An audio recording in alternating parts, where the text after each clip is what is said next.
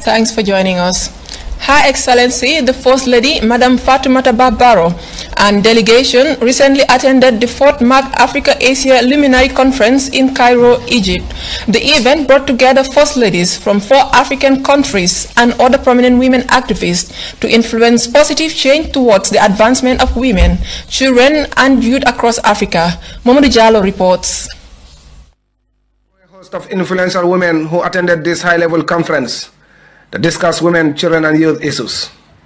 The First Ladies of Guinea, Niger, Central African Republic, and Chad also graced the event, organized by the MAG Foundation to highlight the need for global partnership to address the challenges facing these vulnerable groups of society, particularly in Africa. The foundation has contributed significantly in improving lives through health, social, and economic developments in Africa. Delivering her statement at the conference, Madam Fatoumata Barrow pledged to launch and champion the MAG More Than a Mother initiative in the Gambia to assist those suffering from infertility, breast, and all kinds of cancer-related health problems. This campaign focuses on creating awareness on the issue of infertility with all these mental, physical, and social challenges. Sadly, women are mostly blamed for infertility when it is clear that in some instances it is the men. This is why I proudly accept to serve as a MAG More Than a Mother ambassador. Let me put out that before the launch of this campaign, I have done a lot of work working with women at the grassroots level together with men to encourage dialogue and create awareness, which is an important first step to having access to fertility treatment.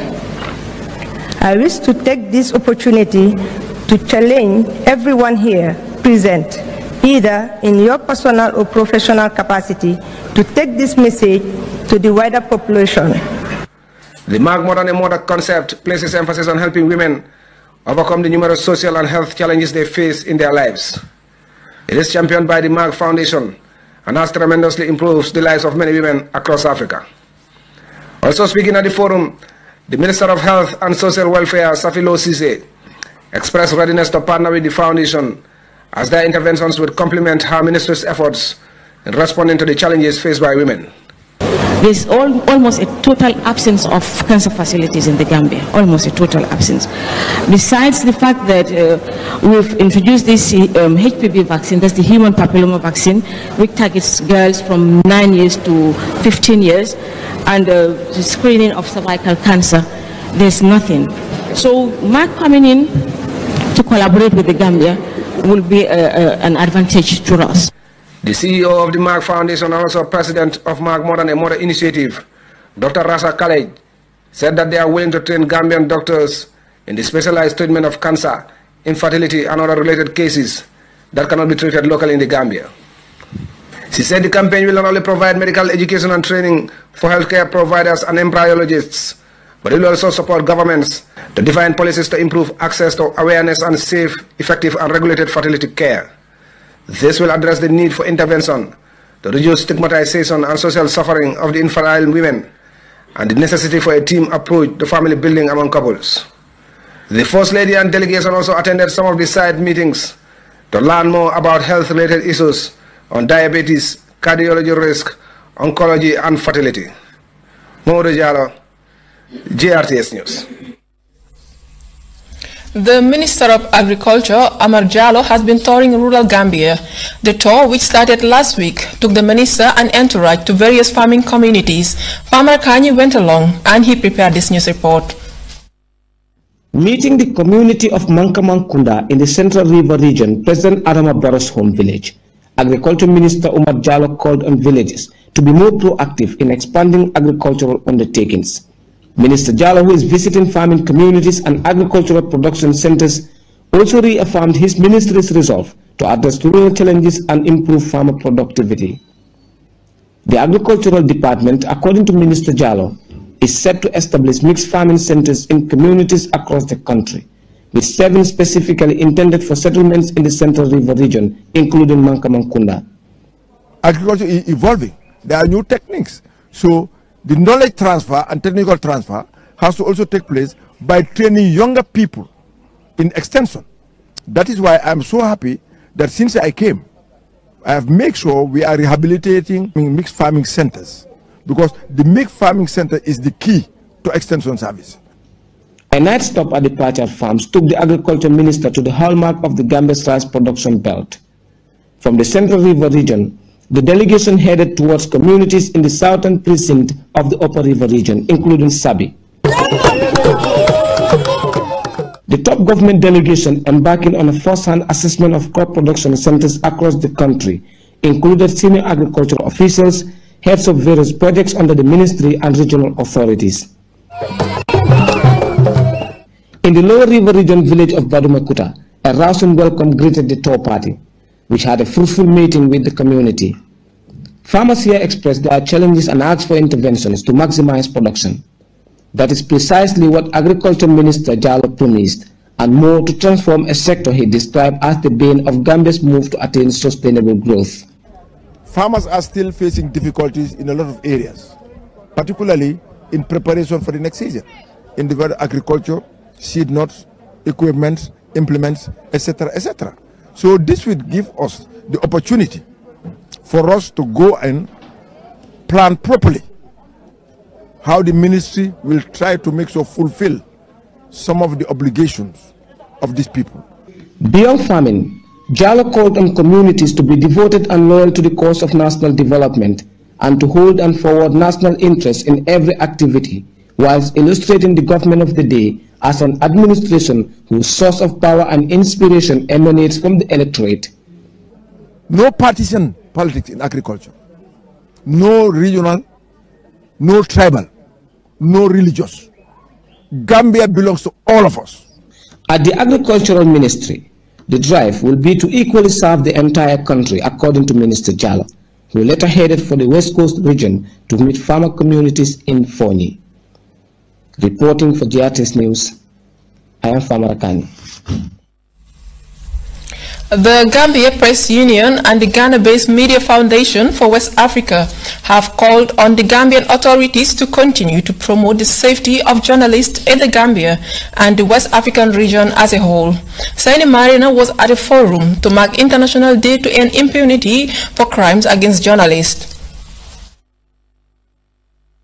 The International Day to End Impunity for Crimes Against Journalists is marked on November 2nd every year to discuss unsolved cases of abuse against journalists and call for action to seek justice for those victims. And in the Gambia, Journalists Union, GPU, and Media Foundation for West Africa convey a day-long anti-impunity forum to highlight 3 cases on which the former Gambian government had failed to comply with the judgment of the ECOWAS Community Court of Justice, with other compensation to be paid in respect of the 3 journalists whose rights were violated. The cases involved the torture of Musa Sedikan of the defunct independent newspaper, disappearance of Chief Ibrahim Mane of the Daily Observer, and the murder of veteran journalist and editor Dede Hydra of the Point newspaper. Information Minister Demba Ali Jao assured his colleague that the government will investigate and bring to justice those responsible. The cases of impunity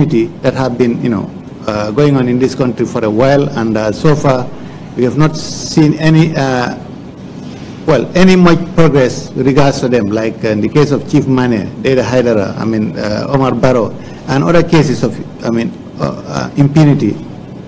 Well, I think the special advisor, the Attorney General, has touched on those issues, and he has, indicated that we are about to set up this Truth, Reconciliation and Reparations Commission, and we hope when that commission is in place, probably people who have information about what has happened to our colleagues would come forward and give us the lead as to how we're going to proceed with their cases, so that eventually we'll get justice done. Another reassuring statement from Husseinu Tomasi, the special advisor to Justice Minister. I know from the Justice Ministry's perspective that there are a lot of concerns about the legislative framework as it affects journalists. These are concerns, and these are laws that should not find expression in our books, especially in a modern day society like ours. GPU official Sekou Jammeh by Emil Toure also called for the protection of journalists. It is a day of reflection, a day of mapping out strategies with a view to finding solutions to the day-to-day problems that journalists around the world are grappling with. Sarif Bojang Jr., a Gambian journalist who fled to Senegal a decade ago, is optimistic of the future. The message that should be sent out to the authorities, whoever is in power, is that impunity for crimes against journalists can never and will never be accepted in this country. Vivian Afor of Media Foundation for West Africa said the fight for better media environment for journalists would continue. Media Foundation has been working on impunity for some years now, and we in fact took the Gambia government to court, the ECOWAS court. The open forum availed the journalists the opportunity to ask questions about the fate of journalism in New Gambia and how the state can address impunity against journalists. Hopefully, the difficult days experienced by the Gambian media in the past 22 years are gone forever. For GRTS News, I am Seni Marena. Another introductory session for new justices of the High Court and more Gambians joined the bench in what has become an unprecedented move towards the indigenization of the judiciary. The recent appointments, which cut across the country's top courts, is set to ensure judicial independence. Ibrahim Jata has more. New judges elevated to the bench shows the Barrow administration moving swiftly towards the building of a solid and independent judiciary. This time, indigenization efforts have been pushed to a historic level with the appointment of more Gambian judges and what is by far the largest group of locals into the High Court, Appeals Court, and Supreme Court. You need integrity, of course, and they have demonstrated in their various responsibilities the highest levels of integrity. And also, finally, they have all convinced us that they have very voracious appetites for difficult, hard work. The Chief Justice of the Gambia, Hassan Jallow, is confident that the new introductions will add great value to judicial independence and the dispensation of justice. Our core mandate is to ensure that we deliver quality justice in a reasonably speedy manner. That is so crucial, so crucial to the whole system of the rule of law. Unless there is quality justice delivered within a reasonable period, the system of the rule of law cannot function.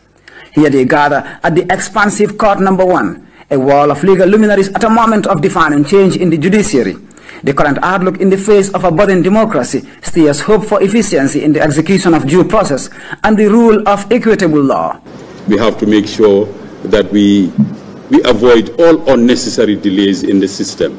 There are limits to which expedition will work, but there are also things that we can do in order to eliminate delays which are unnecessary to the system. And in what is a historic break for women, the new appointments also include the first female president of the Gambia Court of Appeal. Here she pledges to strive towards her best to fulfill judicial responsibilities and expedite the delivery of swift and reasonable justice. To uphold the oaths I have taken, the tenets of my profession, and with the fear of Allah always at the forefront. Justice Cecilia Roach is one of the latest additions. She brings years of experience to this job, but acknowledges the challenging task ahead to meet litigant expectations. We all have a very tough task ahead of us, as we have to put the litigants' interests ahead of any personal interests and differences, and we have to treat all litigants equally. In her first address at the Law Courts Complex, new High Court Judge Justice Alami Jawara called for collaboration between the bench, bar and the public to fulfill judicial needs of the citizenry. It is therefore our hope that today's ceremony will serve as a first step to fostering the beautiful relationship the bar and the bench have enjoyed over the years, and we know that we can count on your support at all times. Intellectual exchanges amongst us will help us keep abreast with new ideas and development. Indigenization is the main highlight of these new appointments, putting more Gambians in the judiciary. It is a sacrifice and national undertaking the Attorney General and Minister of Justice acclaimed and illustrated as a critical foundation for development that satisfies the wishes of the people. It shows the commitment of the government for Gambianization of the judiciary, but a gradual Gambianization of the judiciary. We will continue to encourage qualified, competent, Gambians from the bar to accept to serve, because it is only through the sacrifice that we all make which will propel our nation to higher heights. Meanwhile, judicial indigenization is not the only hallmark of this event. A new momentum has taken the relationship between the bar and bench to an unprecedented high. It is likewise important that the confidence of the people in the functioning of the judiciary is sustained. The relations between the bench and bar must therefore be cordial and solid. 8 additions to the country's top courts, and the judiciary is on its way to imbuing the real premise behind this important institution: fair justice here, swift and reasonable justice. That is a premise being accorded fresh energy as more Gambians join the bench. Ibrahim Jata, GRTS. In the ongoing trial against former intelligence chiefs, the High Court has revoked the bail granted to 9th accused Lamin Lang Sanyang. The NIA, now SIS-9, appeared this morning following their plea of denial last week. The Special State Prosecutor, Antuman Gay, who earlier reminded the court about changes in their charges against the 9th accused, had asked the court to review the bail granted to Lamin Lang Sanyang. When he came formally this morning, defense lawyers did not oppose his application for bail to be revoked, and the High Court granted prosecution's motion. 25 new charges have been freshly leveled against the former intelligence chiefs accused of torturing and killing political activists and UDP strongman Solo Sandeng. The accused have denied the new charges, and prosecutors are expected to begin calling their witnesses next week when the matter is scheduled to continue. The Ministry of the Interior, in collaboration with International Organization for Migration and other partners, have kick-started the validation of a 2-day national migration policy document. The document is expected to serve as a sound legal framework for the empowerment of migrants and their families. Khadija Tujalo reports. The Validation Forum on the Draft National Migration Policy is the first proactive step taken by the government through the Ministry of Interior in ensuring migrants' rights are protected. Today we congratulate the Gambia government, the ministry, for reaching this crucial stage, and thank the International Organization for Migration, supported by the European Union, for their collaboration in delivering this project. As you all know, migration is a complex topic with many facets. Europe has been faced with a large-scale crisis of irregular migration in recent years, leading to the tragic death of thousands who tried to cross the Mediterranean Sea or were stranded in often inhuman conditions in the deserts or in transit countries in Niger and Libya and so forth. The policy document, Minister Fati went on, should be anchored on the ideals of African solidarity as well as shared values and other EU migration policy framework for Africa, guided by the 2030 Agenda for Sustainable Development. The International Organization on Migration's Chief of Mission, Fomiko Nagano, hailed the Gambia government's commitment to ensuring that rights and the dignity of migrants are fully respected. We signed the International Convention on the Protection of the Rights of All Migrant Workers and Members of their Families at the 72nd United Nations General Assembly. These two events are evidence of the government of the Gambia's commitment to ensure that the rights and dignity of migrants are fully respected and in line with international standards. The government of Gambia also recognizes the important link between migration and development and is currently in the process of developing a diaspora engagement policy to maximize and harness the potential of the Gambian diaspora to contribute to the country's development. The EU Ambassador Attila Lajos underscored the benefits of a well-managed migration policy captured in the Valletta Summit political declaration. It stressed that we have a common responsibility to address the opportunities and challenges of migration and mobility, which must be shared in a fair manner between countries of origin, transit and destination. Migration within Africa and Europe, from Africa to Europe, or within Africa is indeed a multifaceted phenomenon. In Valletta, we indeed jointly committed to address the root causes of migration, irregular migration, and forced displacement resulting from state fragility and insecurity, as well as from other demographic, economic, and environmental. The draft migration policy document, if validated, is expected to contribute positively to this important global process. Khadijatu Jallow, reporting for GRTS News. This week on Face the Nation on GRTS TV, we are focusing on the Ministry of the Interior to find out what the ministry is doing to maintain peace and stability. Join the recording of Face the Nation tomorrow Friday at the GRTS head office in Kanifing at 3 p.m. The Interior Minister and his senior officials will be there to answer to your questions and listen to your concerns. Everyone is invited.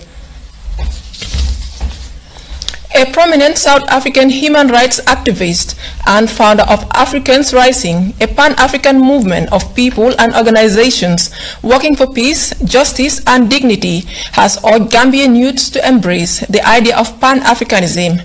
Dr. Kumi Naido was speaking at a public lecture at the University of the Gambia. Saini Marina reports.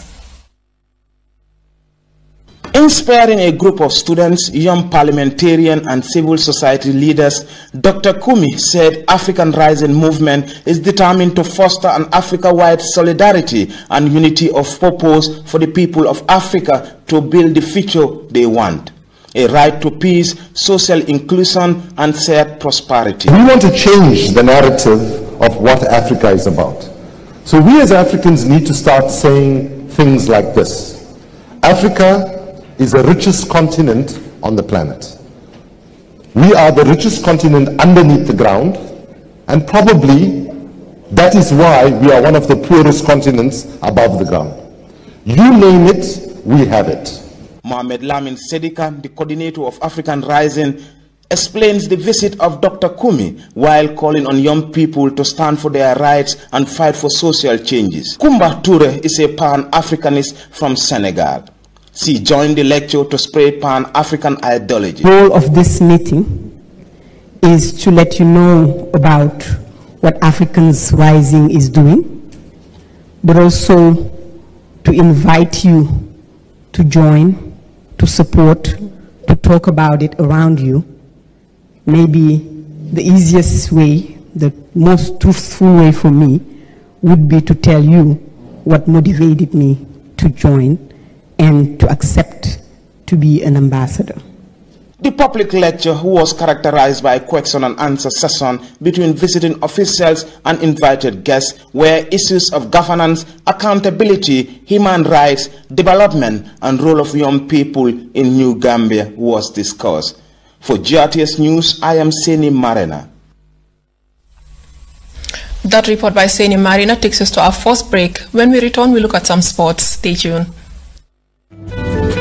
Imagine your staff not having to worry about having credit when they need to make an important work-related call. Well, QCell's Closed User Group service gives you and them that peace of mind. QCell's Closed User Group CUG is an affordable and efficient way for businesses and organizations to reduce their communications costs whilst increasing efficiency at the same time. Whether your business is small, medium, or large, the QCell's Closed User Group service has different packages to suit your budget and gives you a choice of plans that can include a QCell SIM card and Samsung mobile phones, or just a SIM card. You can get the QCell CUG service for as low as $100 a month per user for unlimited calls within your closed user group. Call our CUG sales team today on 333-3127. That's 333-3127, and they will visit your office to highlight the great range of plans and mobiles. QCell's Closed User Group, making communications easier. QCell, Sunu SIM, Sunu Boss. We innovate, others follow.